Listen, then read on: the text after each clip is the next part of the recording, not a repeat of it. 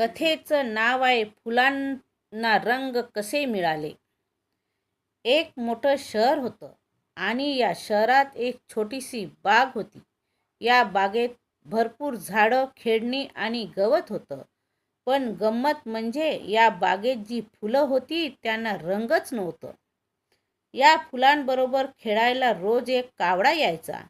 आणि कसा यायचा माहीत आहे? भुर्र भुर्र. हा कावडा फुलांबरोबर खूप खेळायचा आणि दिवसभर फुलं आणि कावडा धमाल करायचे. संध्याकाळ झाली की कावडा घरी जायचा. एक दिवस कावडा बागेत खेळायला आला नाही. फुलं खूपच नाराज झाली. एवढ्यात त्याला बागेत कोणीतरी येताना दिसले. तो होता मोर. मोर एटीत चालत फुलापाशी आला आणि म्हणाला, इट्टूटू, या फुलांना तर रंगच नाही. मला बघा, किती रंग आहेत. असं बोललेलं ऐकून फुलांना खूप वाईट वाटलं. दुसऱ्या दिवशी कावडा आल्यावर त्याने सगळं घडलेलं त्याला सांगितलं. कावडा म्हणाला, एवढंच ना, मी तर करतो काहीतरी. कावडा भुरकन उडून इंद्रधनुष्याकडे गेला.